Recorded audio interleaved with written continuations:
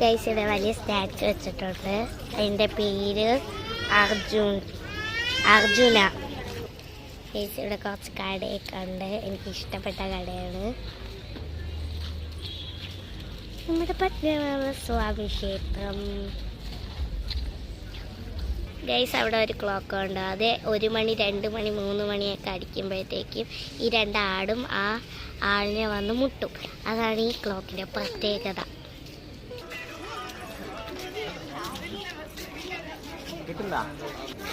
Guys നട അടച്ച്, രാത്രി ആയതുകൊണ്ട് നമ്മൾ വന്നപ്പോൾ ലേറ്റ് ആയിപ്പോയി. നട അടച്ചു. എവിടെ